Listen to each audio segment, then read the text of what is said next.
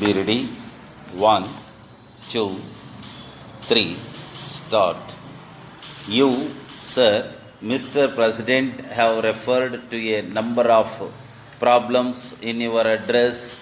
You have praised some activities of the government, criticized others, and offered advice so that we may function better than we have so far done.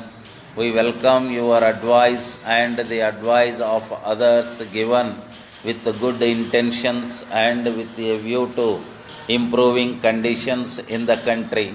Anything that you suggest or your organization suggests will undoubtedly receive our most earnest attention.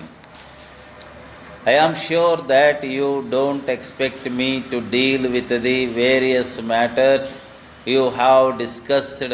Perhaps it would be more suitable to the occasion if I spoke to you about certain matters of basic importance, for we have to be clear in our minds about our basic social objectives.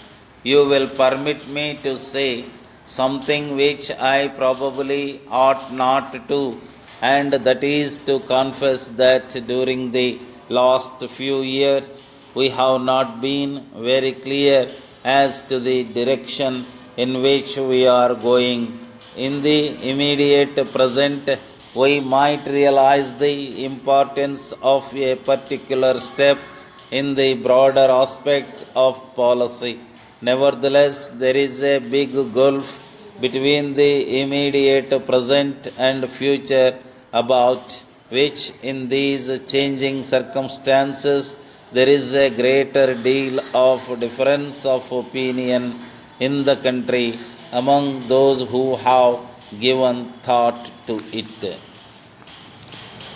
The fact is that vast new social forces are at work all over the world as a result of various developments, but mainly because of tremendous technological and political changes. In India and Asia, large numbers of people have become politically conscious and refuse to submit as they did in the past.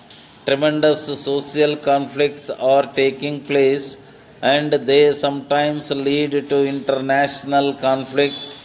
The great nations of the world are following economic policies that differ widely from one another. We may have a certain theoretical approach to problems, but that does little good unless it is related to the practical aspects of reality. Our approach must be fashioned by a study of existing coordination and our objectives, so that we can apply the idealistic approach with a practical consideration of the problems prevailing in the country at a particular time. You will permit me to say that it is possible that our approach is a very limited one. It is possible that our approach derives from something static that belonged to past and not so much from the proper appreciation of a situation that is changing and dynamic. Towards the end of your address, you referred in general terms to various objectives that we have. I suppose most of us would agree with those objectives, although of course some may go further than others. To say that we want greater wealth, higher standards of living, and greater production will not be contradicted. We have to achieve these objectives not merely mechanically but also in a social sense, which is very important. I have been driven almost against my will to conclusion that material well-being is just as important in human life as anything else. Dear sirs, we are in receipt of your letter of the 14th instant regarding the exercise books recently delivered to you. We are naturally very sorry indeed that such an unfortunate mistake should have been made, and assure you of our intention to put the matter right with the least possible delay. The books were sent to you immediately they were received from the printers, and in fact were dispatched without our having an opportunity of examining them before they left the premises.